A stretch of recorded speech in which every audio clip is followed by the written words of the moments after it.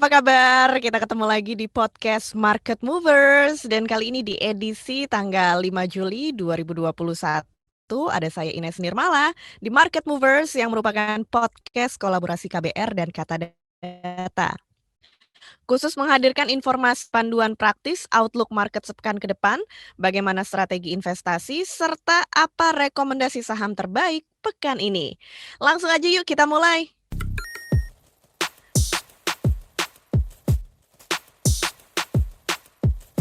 Pagi hari ini indeks harga saham gabungan atau IHSG dibuka menguat tipis 1,16 poin atau 0,02% ke posisi 6.024. Tercatat ada sebanyak 207 saham menguat, 190 stagnan serta 109 diantaranya mengalami pelemahan. Salah satu yang mempengaruhi pergerakan indeks adalah pemberlakuan PPKM darurat Jawa Bali yang dimulai sejak tanggal 3 Juli kemarin. Nah, langsung aja kita bahas seperti apa proyeksi perdagangan sepekan ke depan dan seperti apa strategi investasi yang bisa diterapkan. Bersama dengan kita kembali lagi ada Bapak Eri Kusnadi, Head Mutual Fund Distribution PT Batavia Prosperindo Asset Management. Pak Eri, apa kabar? Baik, Mbak Ines. Apa kabar, Mbak Ines? Kabarnya sehat, sehat selalu juga buat Pak Eri dan teman-teman di BPAM ya. Sama-sama, Mbak Ines. Thank you. Iya, senang sekali nih Pak kita bisa ngobrol-ngobrol lagi dan nanti juga kita akan membahas instrumen investasi berbasis ESG ya atau Environmental, Social, and Governance seperti yang kita udah bahas juga minggu lalu. Tapi sekarang buat mengawali Pak Eri mungkin bisa review dulu gimana keadaan market sepekan kemarin seperti yang kita tahu juga ya ini karena pemerintah sudah melakukan PPKM Jawa Bali. Kira-kira langkah pengetatan ini bakal mempengaruhi pasar sepekan ke depan seperti apa, Pak? Baik, thank you, Mbak Ines. Jadi kalau kita lihat memang PPKM darurat ya akhirnya diterapkan. Ya, PPKM darurat ini hampir seperti PSBB ketat tahun lalu. Kita lihat ini memang sesuatu yang harusnya sangat wajar dan sudah di-expect oleh pelaku pasar. Karena di minggu lalu kasus COVID-19 kita sudah hit all-time high yang baru, ya di 20 ribuan secara rata-rata. Jadi harusnya ini sesuatu yang sudah expected. Nah, bursanya pun kelihatan juga sedikit sideways, cenderung positif ya di IHSG-nya. Tapi kalau kita breakdown lagi, Mbak Ines, di LQ45 sama di IDX 30-nya sebenarnya minusnya lebih besar daripada IHSG. Ya, IHSG masih positif sedikit, tapi kalau di LQ45 sama di IDX 30-nya udah minus 0, something lah gitu ya, 0,4, 0,3. Nah, ini sebenarnya menunjukkan bahwa sebenarnya pasar cenderung bergerak negatif merespon hal ini, karena pembatasan kegiatan artinya pembatasan aktivitas ekonomi. Nah, ke depannya di minggu ini, prediksi kita juga masih sama. Indeks akan lebih cenderung berada di teritori under pressure, walaupun mungkin secara umum akan bergerak di dalam pola sideways gitu ya. Kenapa masih bergerak dalam cenderung tekanan? Karena kita melihat di weekend yang lalu, ya 2 weekend yang lalu, kita melihat kasus COVID kita hit 20 ribu. Di weekend kemarin, kasus COVID kita hit 27 ribu. So, the numbers is keep rising. Dan ini kita perlu lihat nih puncaknya di kapan. Memang beberapa analis sih bilang puncaknya itu terjadi di minggu ini. So this week will be crucial. Kalau memang itu benar terjadi, it's a good news gitu ya. Kalau puncak COVID cases-nya terjadi di minggu ini. Tapi kalau nggak terjadi di minggu ini, I think the market will be pricing in angka kasus COVID yang baru itu di level berapa puncaknya. Kurang lebih seperti itu, Mbak Ines. Iya, karena memang angka kasus COVID-19 masih tinggi dan ini juga yang mempengaruhi pergerakan IHSG cenderung negatif ya Pak ya.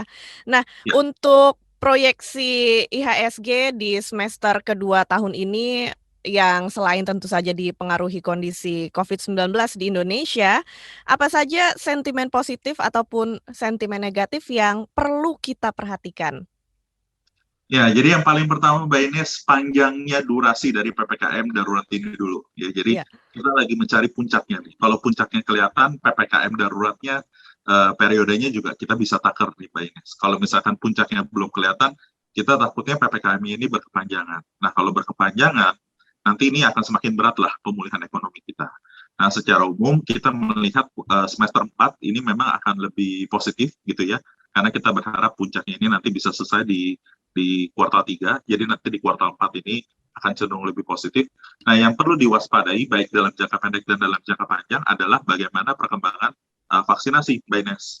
Karena memang saat ini solusinya satu-satunya solusi yang bisa kita harapkan atau satu-satunya sentimen positif yang kita bisa harapkan adalah vaksinasi. Karena kalau kita bicara healthcare system, ya cenderung sekarang sudah overwhelmed banget ya Mbak Ines ya di minggu ini. Jadi kalau bisa sih jangan naik banyak-banyak lagi. In the meantime yang bisa vaksin, segera vaksin. Supaya apa? Supaya herd immunity itu secepat mungkin terbentuk. Nah, tambahan lagi satu Mbak Ines, Pak Presiden Jokowi itu sudah instruksikan supaya Jabodetabek herd immunity-nya di Agustus. Jadi in short term, kalau itu memang sungguh bisa terjadi, in short term we can expect some economic relief lah. Ya setidak-tidaknya di bulan Agustus. Iya. Mudah-mudahan PPKM-nya ini setelah tanggal 20 Juli nanti nggak berlanjut lagi jilid-jilid berikutnya ya. Artinya kalau Iya, PPKM-nya iya, berakhir kan kasus COVID-19 juga sudah menurun di Indonesia betul.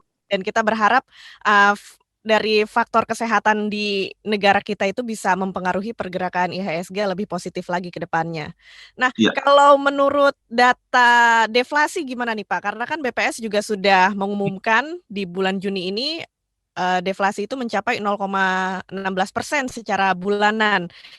iya. Ini apa kira-kira yang perlu diperhatikan oleh investor? Iya, jadi angka deflasi ini secara bulanan kan minus 0,16 ya Mbak Ines ya. Tapi kalau secara year to date, maksudnya dari Januari sampai Juni, itu Mhm. masih positif inflasi di 0,74.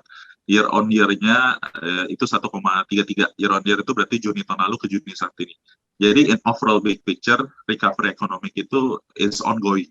Tapi in a small picture, dalam konteks bulanan tadi, the economic recovery is not consistent yet atau sometimes is slowing down. Dan kita Mhm. bisa expect di bulan Juli nanti inflasinya juga akan slowing down. So ini yang menjadi katalis dalam jangka pendek yang kita lihat daya beli ini akan cenderung turun karena Indonesia itu banyak sekali sektor informal ya, Mbak Ines ya. Jadi yang memang harus kerja harian gitu. Kalau nggak kerja harian nggak makan gitu ya. Dan itu yang akan paling terganggu ataupun terdampak dari PPKM darurat ini. Makanya Menq langsung keluarkan bansos tambahan 6 triliun untuk menemani 12 triliun yang sudah direncanakan, ditambah lagi 6 triliun, diskon listrik juga ditambah sampai dengan bulan September, diskon listrik. Ini untuk membantu terutama golongan masyarakat berpenghasilan rendah yang terkena impact dari daya beli ini. Jadi we can expect bahwa inflasi ini masih akan negatif di bulan Juli juga, perkiraan saya. Cuman kalau kita melihat big picture, the recovering is on progress, is on the way. Tapi in short term saat ini kelihatannya akan sedikit slowing down. Mungkin seperti itu, Mbak Ines. Iya. Nah, kalau berikutnya Pak, kita membahas seputar perkiraan GDP di kuarter 2 ini ya, menyambut semester 2 tahun 2021. Kinerja perusahaan-perusahaan apa aja yang ada di BEI atau IHSG sejauh ini? Proyeksi ke depannya seperti apa, Pak? Oke, jadi kalau kita lihat kuartal 2 tahun 2021 ini, angkanya sih kelihatannya akan masih bagus, Mbak Ines. Kenapa? Karena Ya. kuartal 2 tahun lalu itu jelek banget. Jadi secara year on year, low base, ketemu normal base gitu ya, jadi angkanya bagus. Market prediksi konsensus itu kurang lebih 6-8%. Tapi dengan adanya PPKM di Juni kan mulai lambat ya, orang mulai takut kasus COVID-nya 20.000, 15.000, orang mulai Mhm. takut. Saya prediksi sih mungkin kita prediksi di Batavia mungkin dari 6-8% itu akan cenderung lebih mepet ke sebelah kiri itu. Nah, untuk kuartal 2 sendiri, karena PPKM daruratnya baru di 3 Juli, kita rasa harusnya iman, karena April, Mei, itu aktivitas ekonomi cukup bagus. Jadi kita rasa nanti di bulan Juli kan biasanya pengumuman laba kuartal 2 ya, Mbak Iya. Ines ya. Itu sih kita expect harusnya angkanya masih lumayan bagus, lumayan sesuai harapan. Mungkin sedikit lebih bagus daripada kuartal 1, Mhm. tentunya akan lebih bagus daripada kuartal 2 tahun lalu. Kurang lebih seperti itu, Mbak Iya. Ines. Lebih bagus daripada kuartal 2 tahun lalu dan mudah-mudahan proyeksi ke depannya juga lebih bagus untuk mendorong IHSG ke arah positif ya. Betul, mungkin kuartal 3-nya agak berat dikit karena PPKM-nya kan di kuartal 3 di bulan Juli ini, Mbak Ines. Iya. Nah, kalau, kita membicarakan prospek pergerakan saham nih, Pak Eri, Mhm. sekarang kita sudah kembali lagi harus, lebih banyak di rumah dengan adanya PPKM di Jawa Bali ini dan memang ini menjadi, menjadikan masyarakat lebih mengandalkan teknologi untuk berbagai kegiatan termasuk dalam pekerjaan sehari-hari Ya. ya. Kalau menurut Pak Eri gimana prospek pergerakan saham sektor teknologi digital di saat PPKM ini?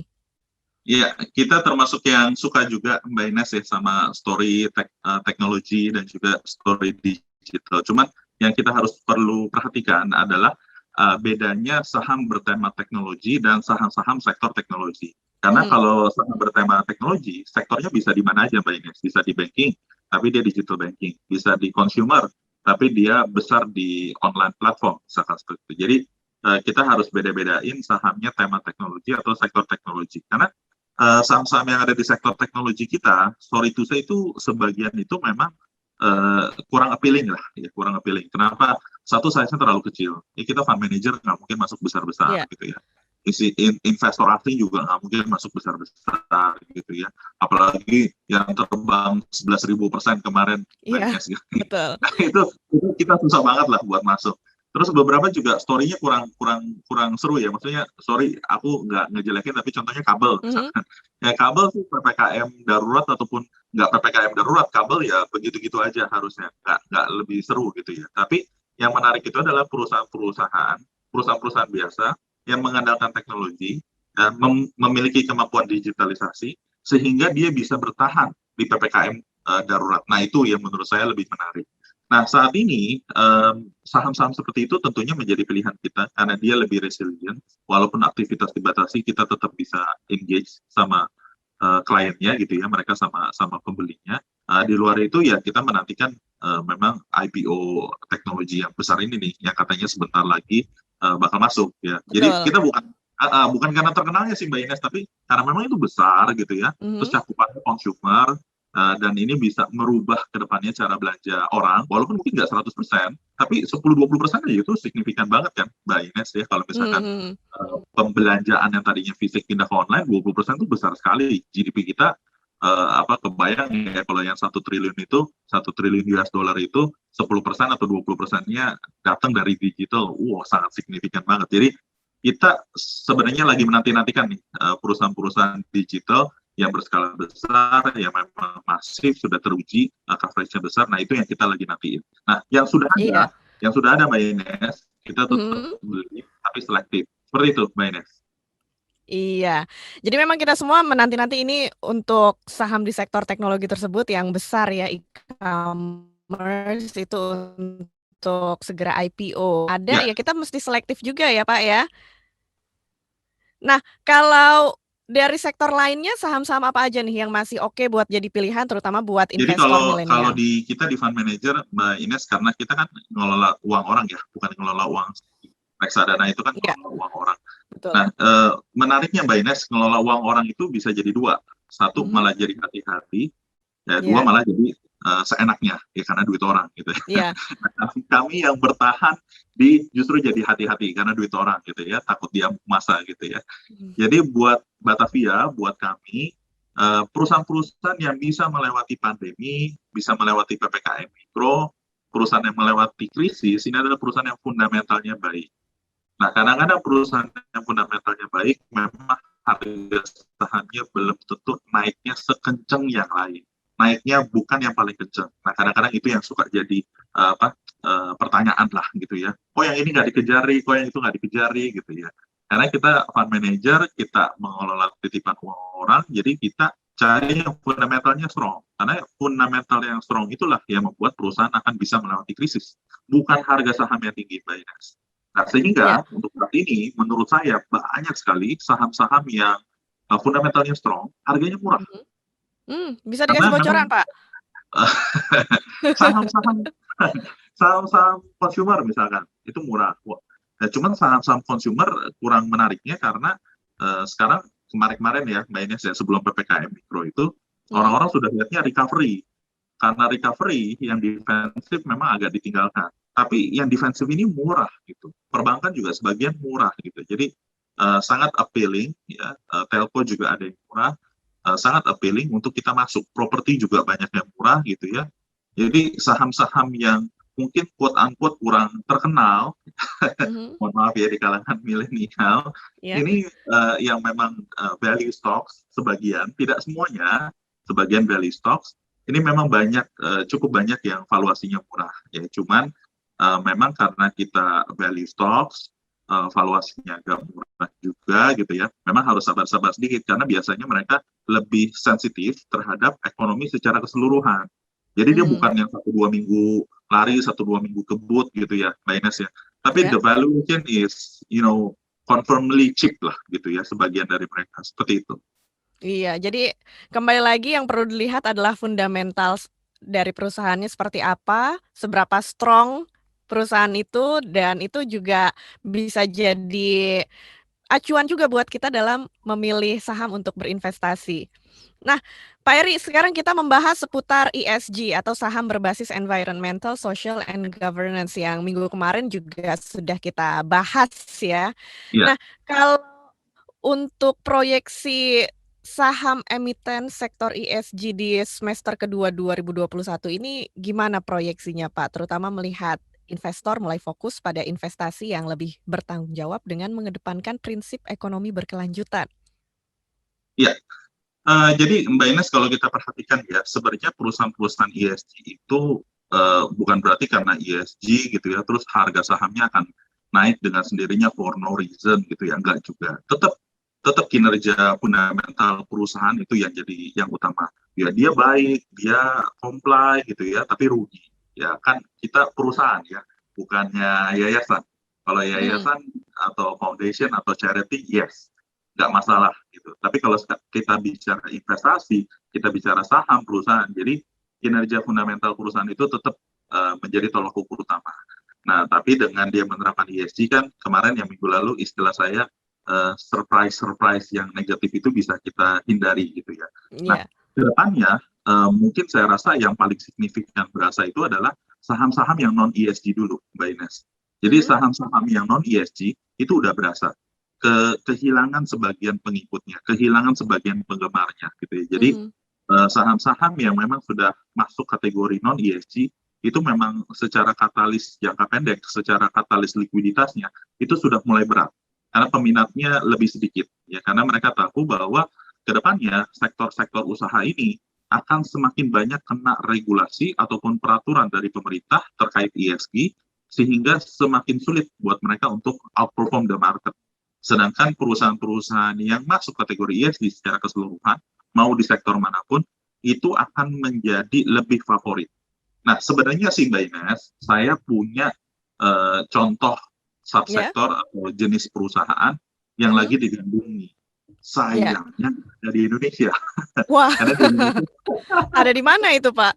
adanya di luar negeri. Lagi-lagi Mbak Ines yang kayak minggu lalu kita bahas karena ESG awareness di Indonesia kan masih baru gitu ya, masih mulai. Jadi sektor-sektor perusahaannya juga belum banyak yang ESG banget gitu ya. Kalau di Eropa itu yang renewable resources itu gila-gila. Renewable resources. Jadi sumber-sumber energi terbarukan, energi bersih itu sangat signifikan. Selama pandemi COVID ini itu luar biasa sekali pertumbuhan. Nah, di Indonesia kan belum di renewable resource. Nah, memang di Asia ESG awareness-nya masih tahap awal lah, kurang lebih seperti itu. Kalau kita bahas minggu kemarin juga perusahaan ESG ini kinerjanya juga bagus kok kalau dibandingin dengan perusahaan-perusahaan lain, mereka juga pergerakannya positif dan yang lebih bagus lagi karena nilai-nilai perusahaannya ini mempertimbangkan aspek lingkungan tadi seperti yang Pak Eri bilang dan juga sosial serta tata kelola. Tapi buat teman-teman milenials yang ngedengerin podcast ini, Pak Eri bisa kasih tahu nih mereka supaya nggak bingung produk ESG dari Batavia Prosperindo Asset Management itu ada apa aja sih? Oke, jadi di tempat kita, Mbak Ines, udah ada 2 produk yang pakai nama ESG dan memang prinsip pengelolaannya itu pakai prinsip ESG. Nah, kita cukup berbangga dan cukup senang juga di Indonesia untuk reksadana, reksadana aktif ya, bukan reksadana indeks, bukan ETF, yang pakai nama ESG sih kebetulan kita yang pertama gitu ya. Kita termasuk salah satu yang pertama gitu ya. Saya sendiri sih nyari-nyari belum ketemu, cuman nanti daripada saya salah ngeklaim gitu ya, baiknya saya bilang kita termasuk yang pertama gitu ya. Jadi Iya. ada yang dalam mata uang rupiah, Batavia saham ESG Impact itu dalam mata uang rupiah, yang dalam mata uang US dollar, Batavia Global Syariah Equity US dollar. Ya, jadi kita punya Batavia Global ESG Syariah Equity US dollar. Jadi kita punya dua produk yang berbasis ESG, satu yang domestik, satu yang global. Jadi buat teman-teman milenial punya pilihan yang mau saham-saham ESG Indonesia, namanya Batavia Saham ESG Impact. Kalau mau saham-saham global, yaitu Batavia Global ESG Syariah Equity US Dollar. Seperti itu Mbak Ines. Iya, ini teman-teman juga bisa ngelihat ya di websitenya Batavia ya, Bisa banget di site-nya. www.bpam.co.id. Iya, bisa langsung cek aja ya ke www.bpam.co.id. Nah, terakhir nih Pak Eri, ada saran apa untuk pendengar kita? Mungkin produk-produk yang paling oke kalau mau diinvestasikan di tengah pandemi dan di masa PPKM darurat seperti sekarang ini? Ya, balik lagi Mbak Ines, kayak minggu lalu nih. Jadi kalau kita mau beli barang bagus, harga murah, ya, Mhm, suasananya harus agak nggak enak sedikit. Karena mhm, kalau barang bagus, suasananya lagi enak, barang bagus pasti mahal. Itu iya, rumusnya agak baku lah gitu ya. Jadi kalau mhm, mau cari barang diskon harus agak lagi kurang enak sedikit gitu ya. Nah mhm, sekarang beritanya lagi agak kurang enak sedikit, boleh averaging, buat yang belum masuk ya boleh boleh pilih saham-saham yang murah. Kalau teman-teman yang suka trading langsung, buat teman-teman yang reksadana ya silakan invest di strategi yang teman-teman suka gitu ya, hopefully Batavia salah satunya. Nah yang paling penting teman-teman sekalian nih, ini Mbak Ines, jangan hanya tergiur kenaikan harga jangka pendek ya. Walaupun kita trader sekalipun gitu ya, walaupun kita trader iya, sekalipun, yang naiknya cepat banget itu harus ada justifikasi dari fundamentalnya. Kalau nggak ada justifikasinya, nah ini dia nih yang takutnya apa tuh? Heran surprise-surprise. ya Pak ya? Betul, surprise-surprise kan kalau naik roller coaster abis naik harus turun. Nah itu Iya, ya, itu yang kita turunnya takutin Mbak juga Ines. bikin deg-degan ya Pak ya? Betul sekali. Bahkan biasanya turunnya dibikin lebih serem daripada naiknya. Iya, itu perlu pertimbangan yang matang dan juga kita perlu hati-hati dalam memilih produk investasi dan pastikan itu juga sesuai dengan bagaimana target kita juga ya dalam berinvestasi. Betul, betul, betul Mbak Ines. Iya. Oke, Pak Eri, terima kasih banyak udah ngobrol-ngobrol di Sama-sama. podcast Market Movers. Kita senang banget udah dapat tambahan insight dari Pak Eri Kusnadi, Head Mutual Fund Distribution, PT Batavia Prosperindo Asset Management atau BPAM. Terima kasih banyak ya Pak sekali lagi karena sudah membantu Sama-sama, kita. Mbak Ines. Thank you so much for having us. Iya, udah ngasih wawasan juga buat kita menyusun rencana investasi supaya lebih strategis dan menguntungkan pastinya. Sampai ketemu lagi di podcast Market Movers di Senin pekan depan, persembahan KBR dan Kata Data. Jangan lupa juga ya buat follow podcast Market Movers di KBR Prime atau aplikasi mendengarkan podcast lainnya. Saya Ines Nirmala pamit undur diri, salam cuan, bye-bye.